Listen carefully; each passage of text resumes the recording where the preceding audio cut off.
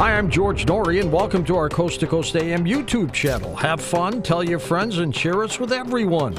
You can also find us on Facebook, Twitter, Instagram, TikTok, and Coast to Coast AM's mobile app. And always remember to log on to our website at coasttocoastam.com for daily articles, the best paranormal information, and all you need to know about your favorite guests. And now you can become a Coast Insider directly through the Coast mobile app. We welcome our international listeners and even offer a free 2-week trial. So don't delay. Become an insider today. And welcome back to Coast. George Norrie with you. Lisa Campion back with us, author of the #1 best-selling books, The Art of Psychic Reiki, and the award-winning Energy Healing for Empaths, as well as upcoming books, Awakening Your Psychic Ability and Psychic Awakening Journal. She is a psychic counselor, Reiki master teacher with more than 30 years of experience, specializing in training emerging psychics, empaths, and healers to fully step into their gifts. And here she is back on Coast to Coast. Lisa, how have you been? I've been really good, George. Thanks for having me back. I'm looking forward to this. Lots to talk with you about psychic abilities and psychic vampires. We're going to have some fascinating nights of discussion. Now, Awakening Your Psychic Ability. Tell me about that. So I wrote this beautiful book that really is going to encourage everyone to think that they have psychic ability and that it's really more like a skill, like athletic ability or musical ability that anyone can learn. I think people have this idea that you're either born psychic, it's something you have or you don't have, and that's not a way to work on it. But I really think there is a way to develop it, and anyone can do that. I think so, too. Tell us about your ability. You know, I was one of those people that was kind of, born with a pretty strong gift. I just had the ability to see things, to see colors around people, to see spirits, to see ghosts, to see angels. And because I was born in the 60s and grew up in the 70s and 80s, back then it was a pretty strange thing. I learned how to not talk about it, how to just pretend to be normal in public. And it was really difficult. I think I suffered and struggled a lot with it. And I really feel strongly about helping people that are undergoing a psychic awakening to have an easier time of it than I did. Lisa, what is a psychic vampire to you? Well, I feel like there are definitely some people out there that learn how to steal energy from other people, energy vampires and psychic vampires. Psychic vampires kind of connect to us using their strong psychic ability, and then they feed on us. And energy vampires do the same thing, and they hook into our emotions and into our energy because they don't know how to get energy on their own. Since you've been doing this, have you come across any psychic vampires? Yeah, I have. Quite a few. And you've had one if you start dreaming about them or you start thinking about them a lot.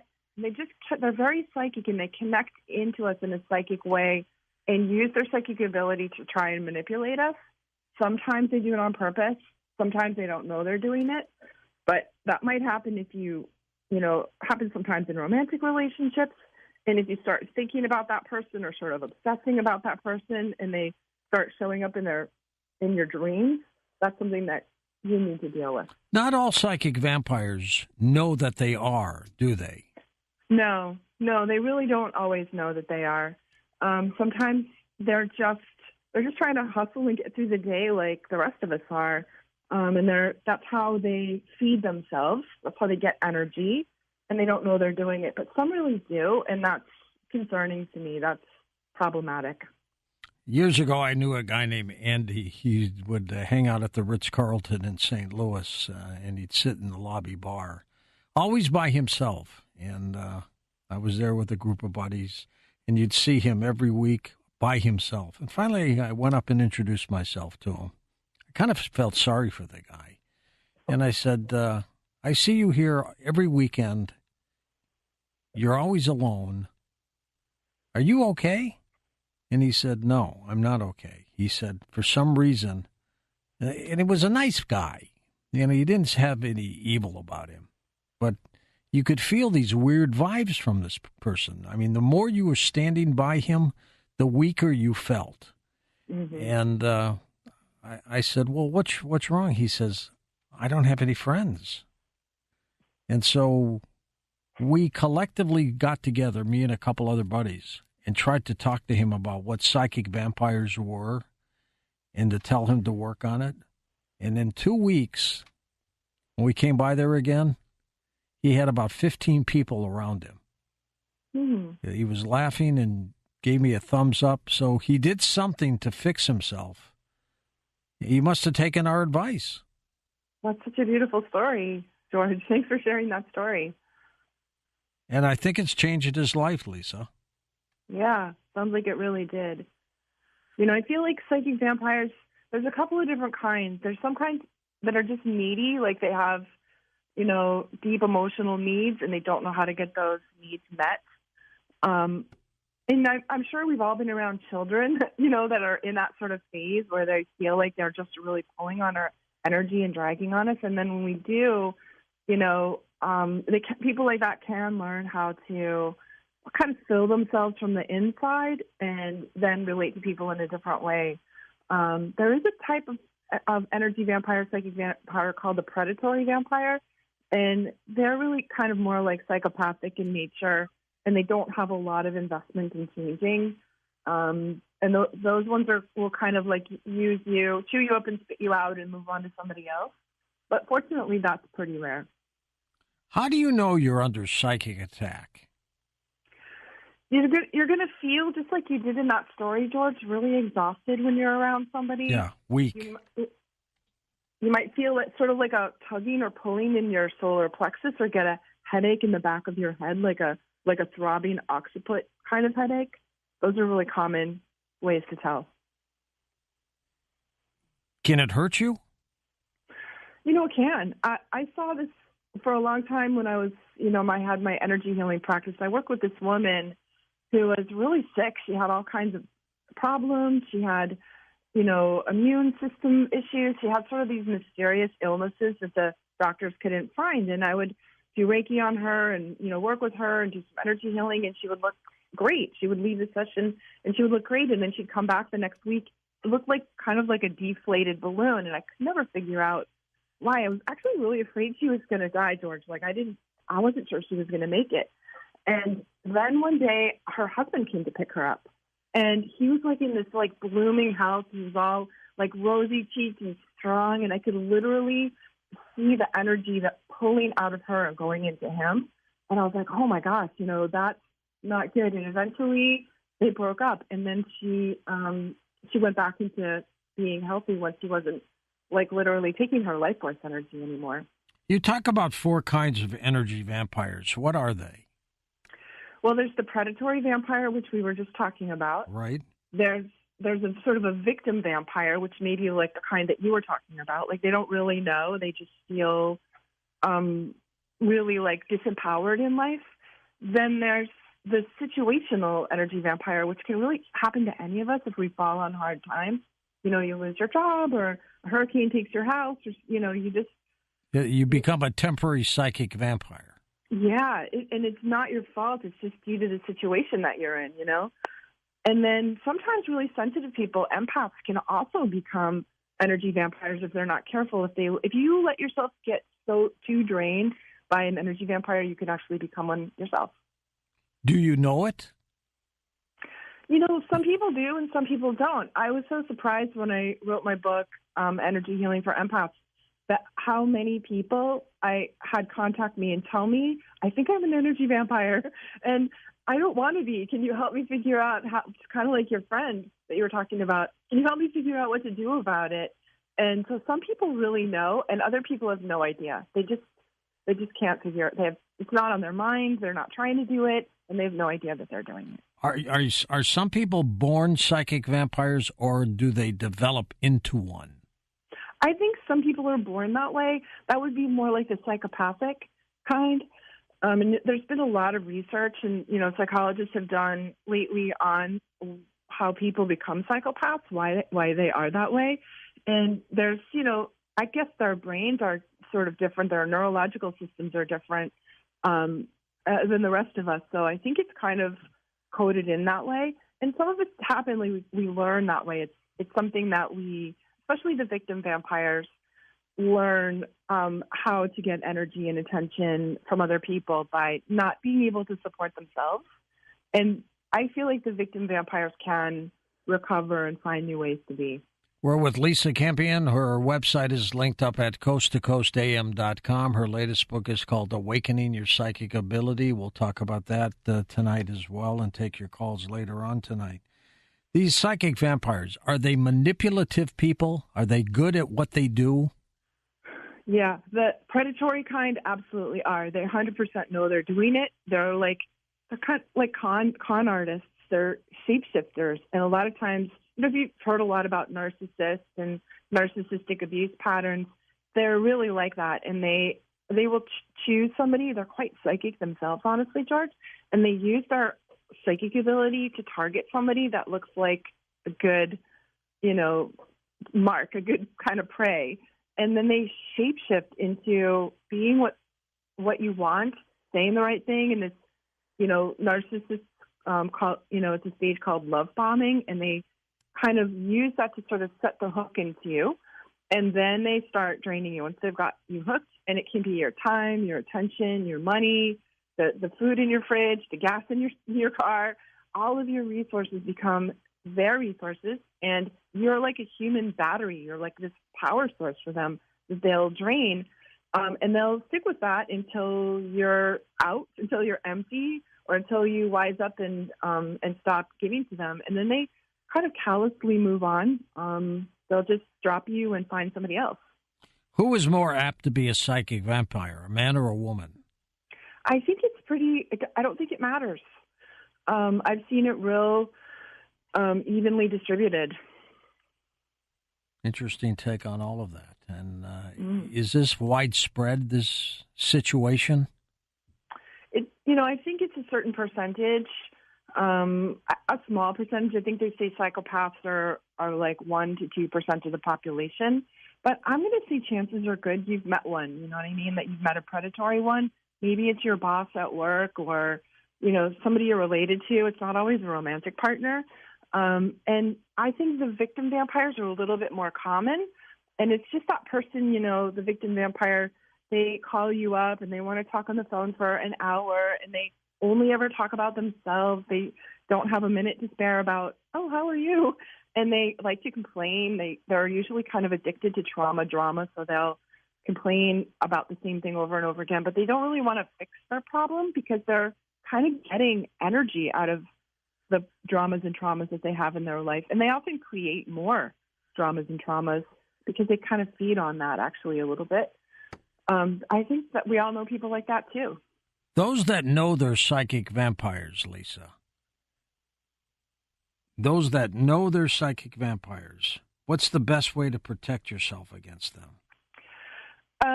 If it's a victim-type vampire, then you really, really need strong boundaries. So you need to learn how to say no. You need to decide how much time you want to give into those relationships. Sometimes if it's your boss or a relative, we can't always just cut and run. And so I'm like, oh, okay, that person's calling me on the phone. Instead of an hour, I've got 10 minutes for them. And instead of seeing them every week, I'm going to see them like a couple of times a year. So we need to set strong boundaries, and they will find other people to get filled from. So we don't need to worry about that. They're very resourceful that way. And if you know you're sort of in the clutches of a predatory vampire, that's a time where you might really need to cut ties with them if it's possible to do so. Does prayer help or anything like that? Sometimes prayer can help, especially if there's those spiritual attachments, like if they're putting energy cords in you, prayer can help. I would say prayer, yes, but definitely good boundaries, maybe even more important. Interesting take.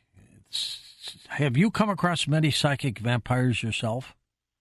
Yeah, I have, and it's so interesting to me because you think I'd know better because I'm a psychic and I, read people for a living. And maybe you're a magnet.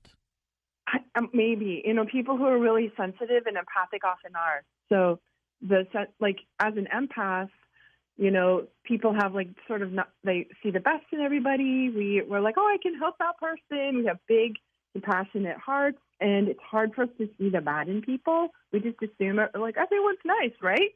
And that's easy to let the vampires slide in there, and they will use that. Of these their four advantage. types of psychic vampires, the predatory ones, good or bad people generally? They're psychopaths, so pretty bad people. Not good. They're How about the victim? They're usually really good people. They're just under hard times. Often really bad things have actually happened to them. They just kind of learn how to cash in on what's going on in their life as a way to get sympathy and attention. So they're often good people, and they often don't know that they're being a vampire. How about the situational person?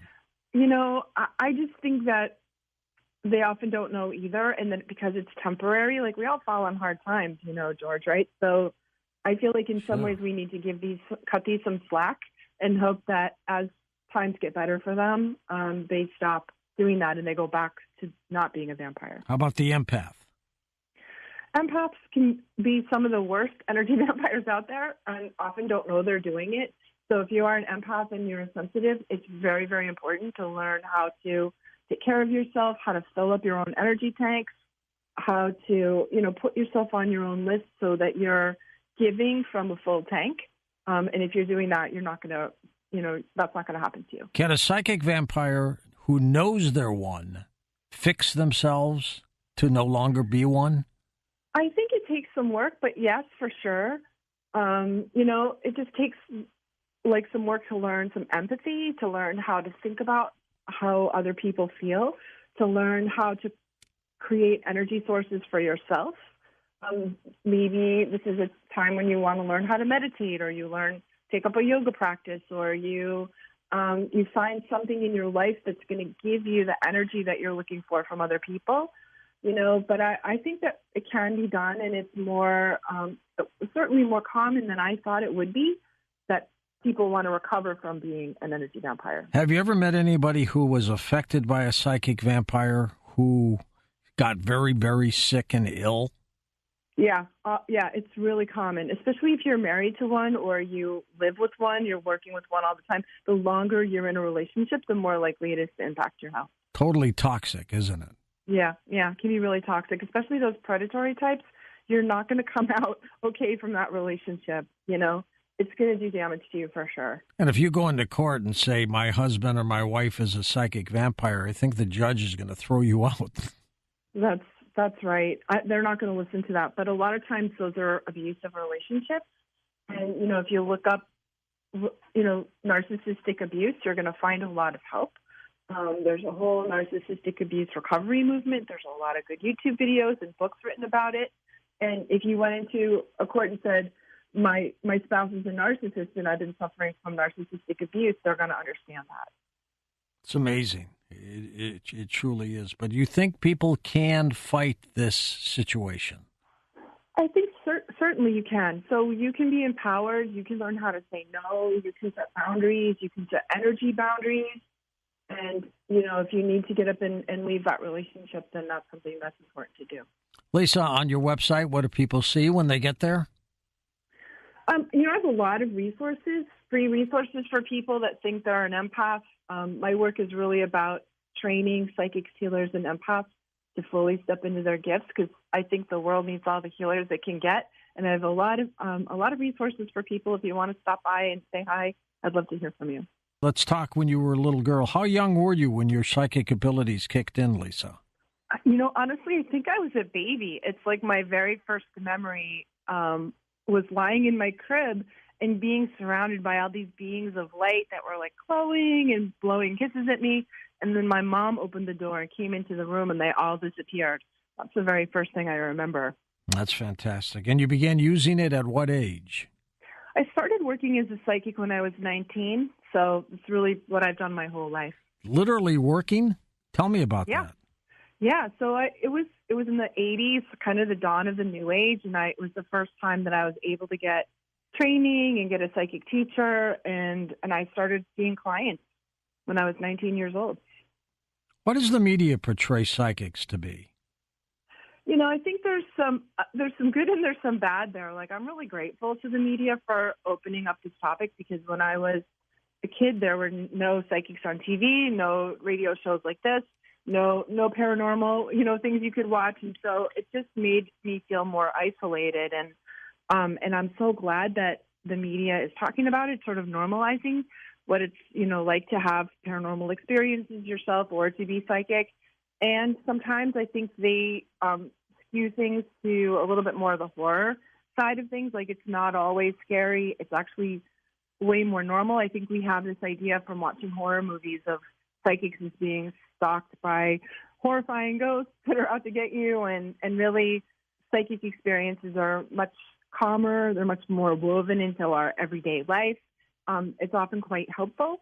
And I think everyone has psychic experiences that, are actually here to help us move through life more easily. What makes some people, Lisa, better psychically than others? I think that, it has to do with your ability to relax and feel your way through things. So people that are really analytical and logical sometimes struggle with it. It's people who have a lot of access to the right side of their brain, so creative, artists, intuitive, people who are quite emotional, sometimes have a little bit of an easier time connecting to their psychic information. But honestly, it's something that everyone can learn how to do. But some people are really good. Other people have no psychic ability at all. I think it's a little bit like musical ability or athletic ability. I think everyone has some, but not everyone, is cut out to be Mozart. And even if you have some, you still have to practice. It's not like you walk up to a piano and can sit down and play without ever having practiced or learned anything. So we all have our potential that we can reach. And you still need to work it. You still need to practice. You still need to know things. And that's why I wrote that book, because the book has a combination of knowledge and exercises that can help take anyone to reach their potential as a psychic. What will you not tell people as a psychic when you do a reading for them? And I never tell people, and I often don't get that information anyway, but when they're going to die or, if something bad is going to happen. Well, if you see a car accident, won't you tell them that so maybe they can avoid it? Maybe. I think that so much of the, what our future is it's mutable. There's nothing really set in stone. And I have to be a little careful that I don't put bad ideas in people's minds, because if you have a bad idea in your mind, you can't create that idea, because we're so creative and powerful with our minds. So I'm sort of more likely to talk about, how to work your way out of challenges, or how, what's challenging in our life, how that can be an opportunity for our growth. But I don't think predicting bad things is useful for people. You don't? Why not? Because we might create it. We might really think, and I've seen that happen to people who've been to psychics before, George. So I've done some cleanup sessions. Like one time somebody came to me and they said they went to a psychic, and the psychic told her, "You have cancer and the doctors are never going to be able to find it." And that, I was like, wow, what a terrible thing to tell somebody. So she was so worried, and even when the doctors gave her a clean bill of health, she was like, but the psychic said they wouldn't be able to find it. And I was so nervous that she was going to kind of create cancer in herself, because she was so fixated on thinking about that. Did she ever have cancer? I don't think she did. She worked her way out of it, but it did her some damage. So we have to be careful, as psychics, what seeds we plant in people, because if you really believe it, you might actually make it happen. Why would that psychic say something like that? I would say, not all psychics have had proper training. Sometimes they aren't trained in the ethics of the responsibility we have when using our gifts. So, there are, of course, bad psychics out there who really, on purpose, manipulate you, like con artists. And maybe in this case, that person just wasn't trained enough, didn't have enough information to know she wasn't supposed to do that. Pretty dramatic. It really is. Yeah. But the psychic things that you see, are they things that will be or could be? I think there are things that could be. So I tend to think about it in terms of possibilities, probabilities, and I often even get a percentage. It's sort of like, well, George, there's like a 72% probability that something's going to happen. But because we have free will, you can choose. You can choose that other percentage, that other thing. We're really powerful with our choices. And I think that's good to remember. There's not everything is set in stone. We have the power of our choice. Are you glad you have the ability you have? Yeah, I really am. I feel like it's an important part of who I am, and I also feel like it's really useful, and that learning to tune into this part of me has helped me live a more soulful life, helped me connect more deeply to my life purpose, and helped me help a lot of other people, which is a beautiful thing to do. It is a beautiful thing to do, to be honest with you. It's just an unbelievable ability. How many people do you know are psychic? I think that, you know, it's a percentage of people. I think everyone has a little bit of intuition, that ability to kind of um, have really strong first impressions about people or have a good feeling or a bad feeling about something. Everyone has intuition. A lot of times we just shut it off or we don't pay attention to it or we dismiss it. So intuition are kind of those hunches or nudges we get. Maybe you have that like experience of like, oh, the phone's about to ring, and it does. And not only do you know that, but you know who's calling. Like that's a really common psychic experience. Or you have a dream that comes true, or you go into a house and you feel like it's creepy. That's a psychic experience too. So I think pretty much everyone has those little psychic experiences, and then some people have pretty strong gifts like I do. And those people it's usually a strong part of our life purpose. There's reasons why often healers do, have these strong gifts because we can use them, fold them into our healing practice and help other people with that way. Do you deal at all with the dead? Yeah. So I was definitely one of those I see dead people kids. And when I grew up in kind of a haunted house, and I used to wake up in the middle of the night and see these people would be standing around my bed. I called them the gray people. And my parents just told me I had an active imagination. They're like, oh, you were dreaming, or you have such a strong imagination. And they would come and talk to me, and I was never afraid of them. They would be sad to me, like they would be lonely and sad, and they would want to talk. And so I would listen, and then they would feel better, and a lot of times they went away. So I was never afraid of the spirits of the dead. It's not something that frightens me. When we take calls next hour, do you want just psychic questions or do you do readings of people? How do you want to handle calls? I'm fine with whatever comes through. So if it's a reading for an individual, what do you need from them? If you want to talk to somebody that's passed, then I need to know their name and how long ago they passed, and we can see what happens. So you don't need birth dates or anything like that? No. Okay. All right. We'll do that, folks. She'll also do readings with specific questions about certain things, to be sure. Can you get better and better at what you're doing? I think so. It's like any other skill. So, I continue to learn and keep practicing and, up my skills. I do a lot of meditations. I think spiritual practice is a really important part of things. So I meditate every day. I make sure I clear my energy. So I do a lot of energy hygiene, and yeah, I think with practice, we get better at anything we're doing. What is this map of the psychic worlds you have in the book? So, yeah, that's really interesting. And I find like I'm pretty structured I like a method and a structure, even as a psychic. And I found that it's really comforting to people to know that there is a structure to the psychic world so we can sort of map them. And I teach my psychic students sort of like a street smart kind of way of doing psychic self-defense. So like if you're street smart, if you have a map and a guide and you know where you're going, you can go into any city in the world and feel safe. And a lot of times people whose psychic ability is opening up, they don't feel safe. It feels sort of out of control. It feels random. They can't control it. It just feels kind of it's happening willy-nilly. And so I wanted to provide that map, that guide, that mentor, so that we can open in a way that feels safe and controlled. And do people give you certain information that you can feed back to them? Yeah, especially I work a lot with people that are undergoing psychic awakenings. So maybe you learn Reiki, or you study meditation, or you study yoga, and those things often open our psychic ability. So if you have a lot of psychic potential and you do something like that, it can pop your psychic open, and that can be very disorienting for people. All of a sudden, out of nowhere, you're seeing colors around people, or you're having psychic experiences, or you're seeing spirits for the first time.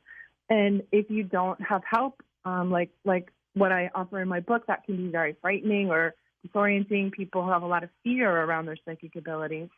So I wanted to create, sort of normalize it all and give information and instruction to people in case that's happening. Our special guest, Lisa Campion, the Awakening Your Psychic Ability.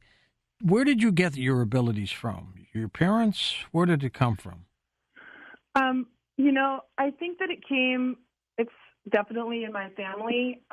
So a lot of the women in my family have it. It does go through our generations for sure. And I just think it's part of my life purpose. I think it's the reason that I'm here. And all of us have a life purpose. And it's helping people. For me, that's what it is. It's just part of who I am at a deep level. And what type of psychic senses do you have, Lisa? All of them? All. Yeah, pretty much. So I'm a visual psychic, so I see things, but I also know things and hear things and feel things in my body. So I have pretty much all of them, and many people do. Some people just have one or two, and a lot of people who don't have the visual psychic don't think they're psychic because somehow being psychic has become synonymous with being a visual psychic, and that's a problem because the visual psychic is actually the most rare. And so I tend to ask people, what did you experience? What did you perceive? Because the words experience and perceive open us to the other senses, what we're feeling in our body, what we feel emotionally, what we just know, what we might hear, because those are all part of the psychic senses, what we feel in our heart. And if we're just thinking about what we see, we might miss all that other stuff that's really important. It is very important indeed.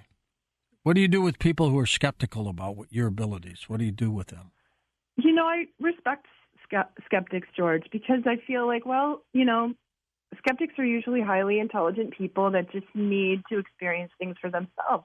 And I'm not sure I would I have an open mind about things, but I'm not sure I would totally 100% believe it if it wasn't happening to me my whole life, So I just think, well, that's okay if you're skeptical. If it happened to you, you might change your mind about it. And I think that's sometimes what draws people into the paranormal world or doing things like ghost investigations, because they are looking for those experiences themselves. Unbelievable that the way this happens in this world now. Do events change your abilities? Yeah, for sure. So things like if you have a near-death experiences, chances are very good you're going to come out of that pretty psychic. If you have a sudden loss, so if you lose somebody in your life, partner dies or a child dies, a parent dies, sometimes we come back from that much more psychic. And sometimes extreme change or trauma opens up. I've even known people who suffered a head concussion and came out of that more psychic.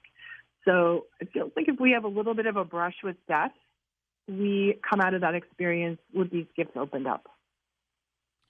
Lisa, since you've been doing this, since you were a little girl, what happens 10 years from now? What do you see for yourself? I just hope that I can keep helping people, that I can keep reaching more people and helping more people, because I think people are getting more and more psychic. I think every generation, the children are coming in more sensitive. I think we're awakening as a human race. We're going through this sort of spiritual awakening, and that people call the ascension or the shift, and that increases people's psychic abilities. I think we all do things, these days, our spiritual practices. Maybe you play around with some psychedelic drugs, you take some mushrooms, and you come out of that experience way more psychic. And I think that it's part of our evolution for humanity to become more tapped into these.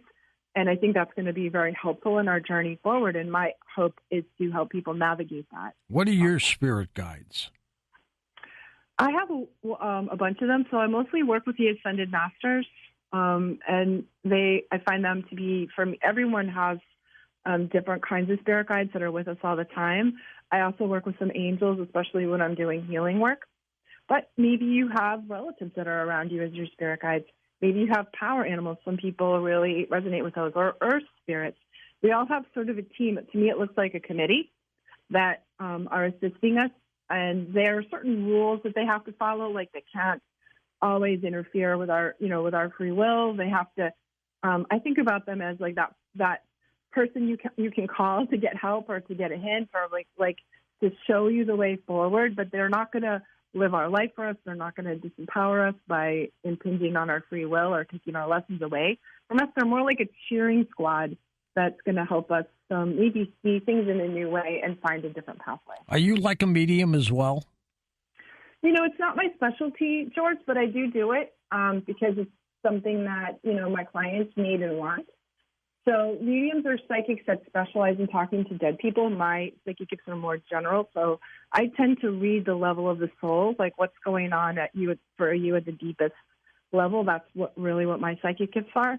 But I would say mediumship happens because sometimes it needs to. You were on with me when we talked about the art of psychic Reiki, but explain what that is, Lisa. George. So I was a Reiki teacher for 25 years, and I noticed that when people learned Reiki, it often really opened their psychic ability. So I wrote a book about how to manage that, what to do if you want to add some intuition and some psychic ability into your Reiki practice. Tell me more. So one time I had this experience where I was teaching Reiki to somebody, and a student came up to me and she said, I had to quit Reiki because it opened up my psychic ability so much that I was seeing ghosts walk through my room and I was hearing things. And I went to my Reiki teacher who told me to stop doing it. She's like, stop talking about that. That's weird and scary. So cut it out. And she's like, well, I just stopped all of it. I stopped doing Reiki. I stopped everything because I couldn't get help. I couldn't get training on what to do when my psychic ability opened. And I thought that was a shame. And she ended up being such a beautiful Reiki healer. She works with in a hospice with people who are passing.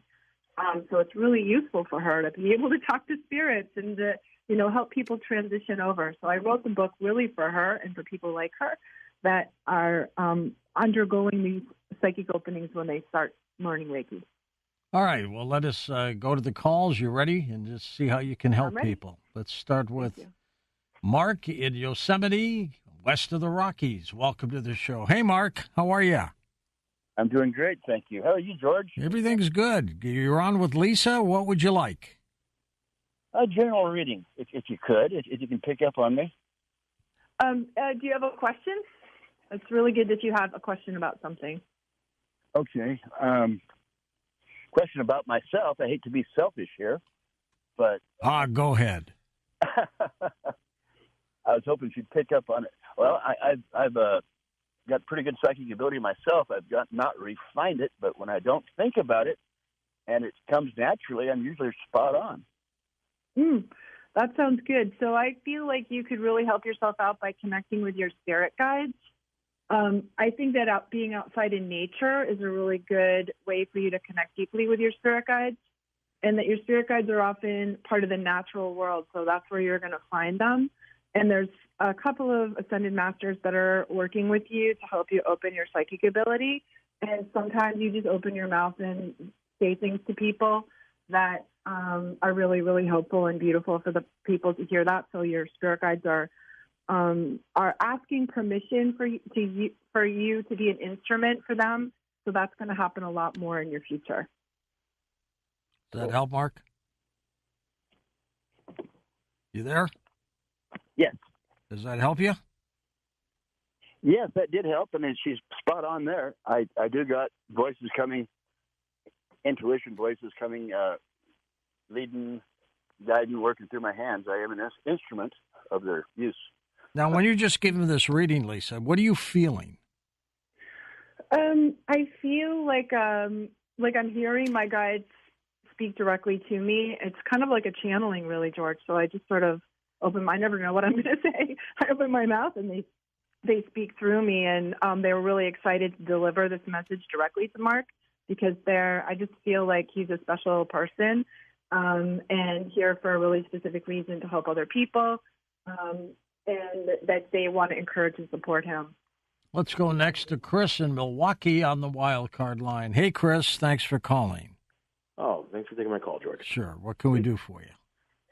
So recently, in the last couple of years, I've experienced a lot of loss. Lost a lot of loved ones, wars, all these things. And the thing that's gotten to me the most is we had to euthanize my dog, Max. He's an Australian cattle dog. And I'm just wondering if there's any way that the guests to be able to try and contact Max. I don't know if we can do that with animals or not, but... Yeah, I'm so sorry you've been through that. That is, I think, one of the hardest losses. Me too. I lost my beloved golden retriever during the pandemic. So I just my heart goes out to you, and I understand how much that hurts. I definitely feel like Max is around. I feel like he is, I get him like sort of at your feet or by your legs, maybe while you're sleeping or sitting under your desk where your legs are, and he's there and he's watching out for you. He says he's not really going to leave until he knows you're okay. I don't think he's in trouble. Like, he's happy where he is, but he's not going fully until he makes sure he doesn't want you to be alone. And he says something like you need to get out more, or you need to go make some new connections, and don't be afraid of opening your heart and loving again. That makes a lot of sense. I appreciate that. Thank you. Thank you, Chris. Mm-hmm. Hope you feel that. And again, when this happens to you, Lisa, how do you initially get these impressions? That one was really a feeling, so I could really feel what was going on inside his heart, and feel what was going on inside the dog's heart too. So animals, to me, that have something that I always called thought feelings. It's like a combination of a thought and a feeling together, and I was feeling it, in my heart that time. Lisa's with us in New York City. Lisa, thanks for calling. Hi there. Hi, George. Hi, Lisa. Hi, Lisa. Hi. So I was wondering if you could connect with someone I lost exactly 11 months ago today. His name is Dave. David passed 11 months ago, Lisa. Was he a friend? Boyfriend? Boyfriend. Yeah. I feel like he's still watching over you. I think that he could use some prayers or help. That you might want to just pray for him, go to church or synagogue and light a candle for him. He needs a little assistance in his passing. There's still so much love and connection there between you, and I feel like he's very sorry that he left you. It wasn't what he wanted. It wasn't what he was planning, and things just went a different direction for him. And he's still watching over you, but I feel like there's some way you can help him complete his crossing if you pray for him a lot. Okay, so he hasn't completely crossed, or? Well, I think he's still really connected to you, So maybe you need to tell him you're going to be okay. I don't think he's suffering or struggling. He's just very still with you. I don't know if he thinks you're okay. Is he waiting? He's waiting. He's waiting to see if you're going to be okay. And sometimes death is a process. It doesn't feel like it's wrong to me what's happening. It's just taking a while to complete the process. And he's very connected to you. So pray for him. Tell him that you're going to be okay if you feel like you're okay. And maybe get some grief counseling or support if you feel like you need support around it. Yeah, I don't really feel okay, to tell you the truth. How old was he, Lisa? How old was he? Yeah. 66. Oh, that's Still still young. 8 years older than me. What did he succumb from? Well, he had cancer in the kidney, and it spread into the aorta, and they did surgery, and then during the surgery, a piece of the tumor broke off and shot into his heart, and then it went into his lungs. So ultimately, it was a pulmonary embolism caused by the cancer. He never woke up from the operation? Never woke up, no. Okay. Yeah, he died 3 days after the surgery. Oh, that's such a sad story, and I'm so sorry for both of you. I just feel like he wants me to tell you he didn't want to leave you. He was going to stay with you forever, as long as he could. And he's not fully gone until you're okay. So whatever you need to do, if you need counseling or grief support, he's really with you because he didn't want to leave. Yeah, I feel him around me all the time. I always talk to him. So does this mean he's like not at peace or he's not happy? No, he is at peace. I mean, he's sad, but he's not stuck. He's not a ghost. Okay. It's not that. It's more like he's not really, he's not ready to give up on you. You know, he's still really connected to you. He's not leaving fully until you're okay. But he's not suffering. He's okay. He's just super tied into you. But is it important for him to fully leave? You know, there's no time really where he is. Like, he's not experiencing time the way you are. So I think eventually when you're okay, he's going to go. There's no rush, right? There's no rush. It's okay if it takes a little while. He's not in trouble. He's not stuck. He's not suffering. He's just sticking around until he's making sure you're okay.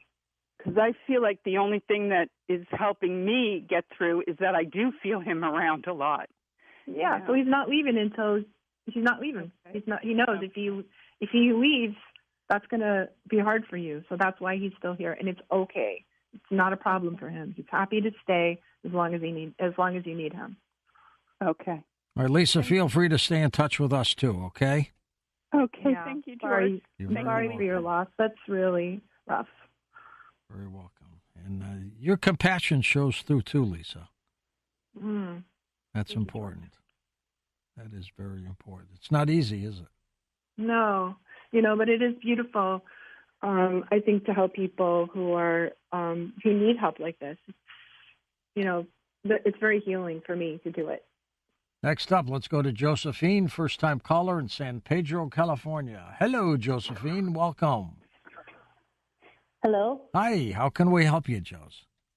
Well, I'm troubled with my father and my husband passed separately, and I'm wondering if there's any message from them or what's going on. Her father passed. And her husband. And your husband? Yeah. Yes. What were their names? My father's name was Marion, not a woman, Marion, and my husband's name was Eddie. Marion and Eddie, Lisa. Marion and Eddie. So I feel like do you have children? Yes. Yeah, so I feel like they're very protective of your children, that they're guarding you and watching your children. I feel like their presence is like a protective spirit in your house. And both of them are watching over you. They remind me kind of like guard dogs, like walking around your house, patrolling your house to make sure you and your children are safe. That would be good. So, yeah, and that they're just protecting you and your kids. Yeah, I probably think it's probably more of my grandchildren because my children are adult children and they're not here. But yes, that sounds right. They're looking over your grandchildren. They were very close. Yes, a lot of protection and to bring you some luck. They say you need a lucky break, that you've had a difficult time, and you're going to have some luck come your way in the next 6 months. Oh, that's beautiful. Thank you, you beautiful, helpful people. You're very welcome, indeed. We haven't had any psychic vampires call you yet, Lisa. No, I don't think they often call in here looking for help, but if they do. Have you ever been attacked by one? Yeah, I have, and it was a weird story because it was What happened? Kind of a combination of a psychic vampire and somebody who practiced black magic, George, which is way more common than you might think. So I was dealing with really like a psychic attack, and the person that was doing that was a black magic practitioner, and it just really took me down for about 6 months. I got really sick. I had no energy. I had a really bad run of bad luck. And I needed a little help to get out of it. So I worked with some of my friends and colleagues to disconnect it from me. And then I felt better. But it wasn't a fun experience. And I hope it doesn't happen again. If you ever what's your recommendation in about 30 seconds if you ever come across a psychic vampire? Cover your arms over your solar plexus. Don't look them in the eye. And imagine a big bubble around you so that you instantly putting up some psychic self-defense. So they can't get into you, huh? Yes, that's right. Lisa, can some psychic vampires self-diagnose themselves? Yeah, I think some can, George. You know, I have had people approach me and say, I think I'm a psychic vampire. What do I do about it? And that's really hopeful to me because they know and they want to change. Would they be the victim ones? Yeah, they're usually the victim ones that want to do that. And it's a bit of a shock to them to realize they might be. But I feel like it's very hopeful and a good thing that they are, you know, they're noticing and wanting to do something about it. Are narcissists psychic vampires? Yeah, oftentimes they really are, and they fall into the so. predatory type. And there's a range there. So there's some sort of mild people with narcissistic tendencies, and they can also change too. But if you get really into the psychopathic type narcissists, then that's not going to be something that they can change or even think that they should. And I assume the predatory type, that's the worst kind of psychic vampire. Yeah, it's the worst kind. And it's really damaging if if you've had an encounter or if you've been in a long-term relationship with somebody like that, you're going to come out with some damage for sure. Let's go to the phones again. Let's go west of the Rockies. Heather's with us in California. Hello, Heather. Welcome to the program. Hello. Thank you both for all you do for everyone. Thank you. What can we do for you? I was hoping that Lisa may be able to reach my little sister. She passed away on July 9th, and nobody knows what happened. They just found her laying in her bed with her hands folded, and a lot of strange things have happened here, and I was hoping it wasn't her mad at me, and I was just hoping she was okay. How old was she, Heather? Well, she would have turned 48. She's 48 years old, and they just... What's her name? April. So I do feel like she died of natural causes. I don't think there was anything really fishy, even though I get it was mysterious. I'm not sure she took care of her health. So there was something underground, like in the back, going on with her health. And I do feel like she's okay. She's trying to send you a message. So she may be like moving things around your house or flickering your lights or doing things, but she's not angry at you at all. She just wants you to know that she's with you and that she's okay. That's great. Did she have some health issues, Heather?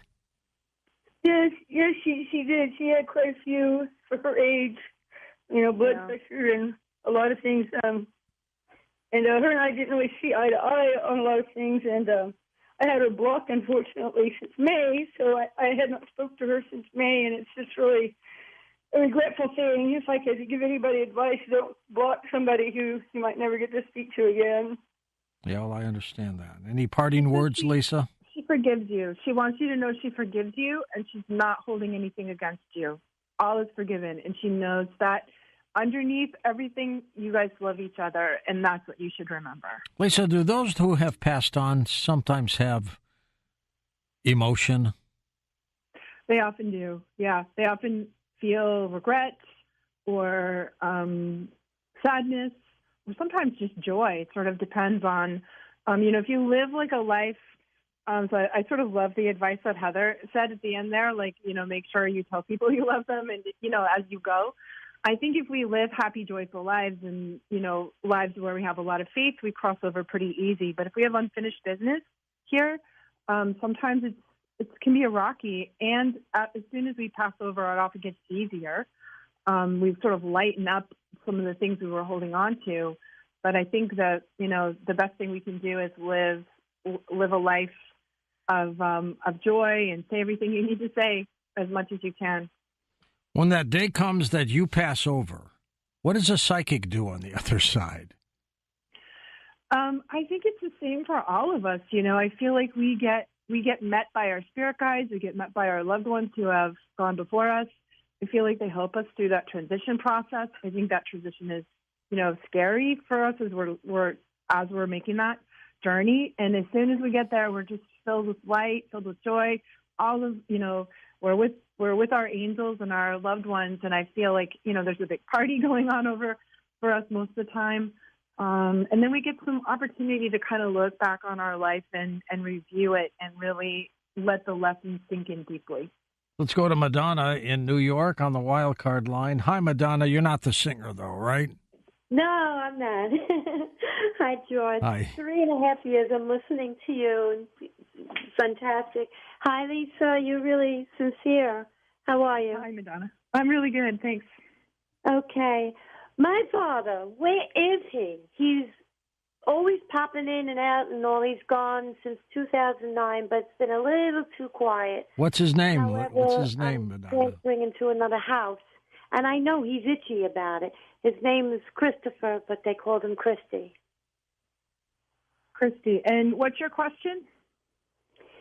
Will this house be sold where it's cutting it close for me to pay the taxes on one of the homes? I'm okay about it, but I have hyperparathyroidism, so I'm moving in like reverse. I go slow, and it's very, very hard. But I know he did real estate, so I'm just wondering if everything will go smoothly. Everything's going to go smoothly, for sure. Your father's watching over the whole thing. It may be like 11th hour. It may be kind of last minute, but I do think it's going to go, it's going to sell. It's going to be a good price that you get for it, and it's all going to be smooth. So don't worry. He's got it covered for you. And when you get that feeling, Lisa, are they telling you something or are you feeling it? It's sort of all of it. So I kind of see things, feel things, know things. And the message comes through like on all the channels, George, really. It's an interesting experience. We've got Eric in Nevada City, California. Welcome to the show. Hello, Eric. Thank you for calling. How are you? No, I'm hanging in there. I'm still fighting, following my mother's teachings. Life was a fight from beginning to end, and you got to keep fighting. You got to keep fighting. What was your mom's name? Margaret. Margaret. You want to know about her? My mother was flat out psychic. I've seen her do things that were amazing. As time from when I was a kid, she'd go over to the telephone when it was ringing. She picked it up, and the first thing she said is, "Are you all right?" And it was my sister on the other end who'd just been in a car wreck. Wow. And she was always telling me things like, if you go duck hunt, you're going to get stuck. You're going to use up most of your gas, and you're going to run out on the way home. And sure enough, it's exactly what happened. And when I called her, she's waiting with a 5-gallon can of gas to come give me some gas, you know. Oh, that's beautiful. And I inherited a little bit of her ability, but I got a lot of great instincts because I was raised on the logging job in the Sierra Nevadas from the time I was 3 months old. But her abilities come to me in these stupid little afterthoughts. You know, like I was driving home with a cord and a third of green oak on my truck one night, and I looked down, and I was doing 50 miles an hour.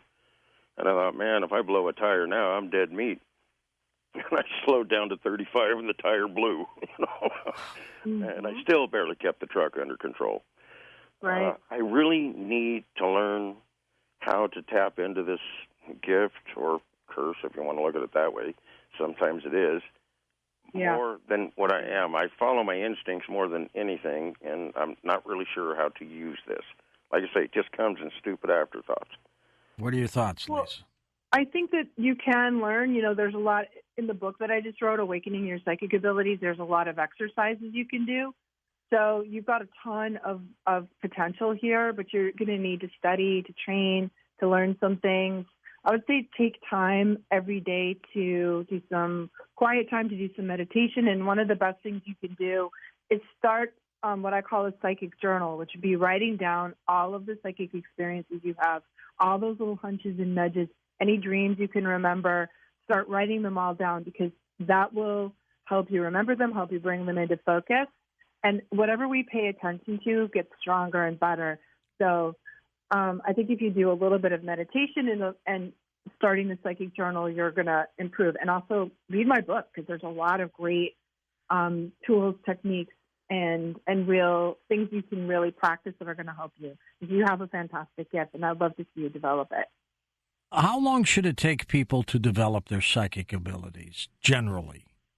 You know, I think it's like anything else. Like the more time we put into it and the more we practice, the stronger it gets. But I think if you put a couple of weeks or a couple of months of practice into it, you're going to notice a big difference right away. Let's go to Woody in Oregon. Welcome to the program. Hi, Woody. Hi, George. Hi, Lisa. Thank you for taking my call. Thank you, Woody. How can we help you, sir?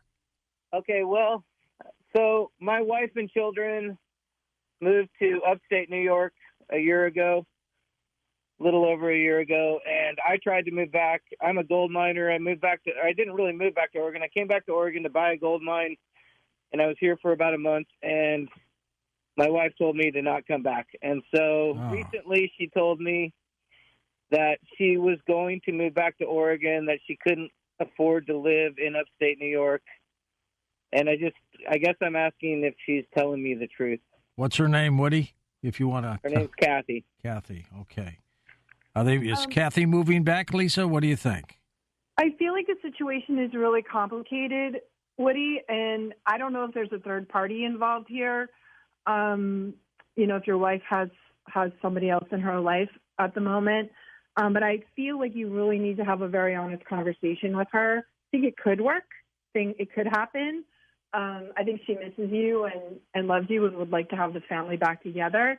But I feel like there's some things that need to come out, some truths that need to come out so everyone can make the best decision. So I feel like a really strong heart-to-heart with each other could clear it up. And if that seems difficult, then maybe you get some counseling, a couple of counselor to assist you in sharing. You have things you need to say. She has things she needs to say, and maybe you need a little support. But I feel like if there's some deep truth-telling, it could happen. How many kids involved, Woody? 3 children. They're 10, 12, and 14, and I miss them so much. I bet. Yeah, we always want a family to stay together, and I just think you need to share how you really feel, and she needs to share how she really feels, and then maybe it can work out. A little communication's needed, huh? Yeah, I don't think she's been happy without you, so that's a good sign. That is. Let's take another call or two before we have to wrap things up. We go to Nebraska. Tracette is with us. That's a very different name. Hi, Tracette. Hello, how are you? Good to have you with us. What's your question? Okay. I am wondering if there are spirits, whether I know them or don't know them, attached to me or attached to my house. And what can you tell me about them? Spirits. There are definitely some spirits in your house. Yes. I think you're a bit of a spirit magnet, ghost magnet, and that happens to people that have latent mediumship ability. So I think that you could easily learn how to train as a psychic yourself and as a medium. Is there a cemetery nearby you by any chance? I think she hung up. I think that she needs to study for sure. There's some spirits hanging around there. Some she knows, some she doesn't know, but getting some training as a medium, and I feel like there's a cemetery involved, and all of the people who may be uneasy a little bit in the cemetery come by to hang out with her. I don't think it's a bad thing, but some training will help her a lot. How many people have the ability to be intuitive? George, I think everyone has. You really think that? Because we keep hearing, everybody has the ability, everybody's born, but not everybody can do this. Not everybody can be psychic, so psychic's a little different. Psychic is like really, a little bit more extreme, but intuition is that, that feeling of like how you feel when you meet somebody, when you have that first impression, or whether you have a good feeling or bad feeling about things. And intuition is like our ability to feel, like read the room or feel what's going on. I think everyone has some capacity to that. A lot of times, though, we ignore it. And the more we ignore it, the more we shut it down. Lisa, do you do more in-depth readings to people over the phone or anything like that? Yeah. Yep. I do half an hour and hour-long readings, and you can book them right on my website. Okay, which is your name, LisaCampion.com, CAMPION.com, linked up at coasttocoastam.com. And your books are still available where? On Amazon or any place that sell books. Check out your local bookstores. We always want to support them, too. Energy Healing for Empaths, The Art of Psychic Reiki, and Awakening Your Psychic Ability, right? All three? All three. All right, Lisa, thanks for being on the program. Thanks, George. The Coast mobile app is now available for download on iPhones and Android devices. You can become an insider directly through this app. This is a great option for our international listeners, and new users will also receive a free 2-week trial.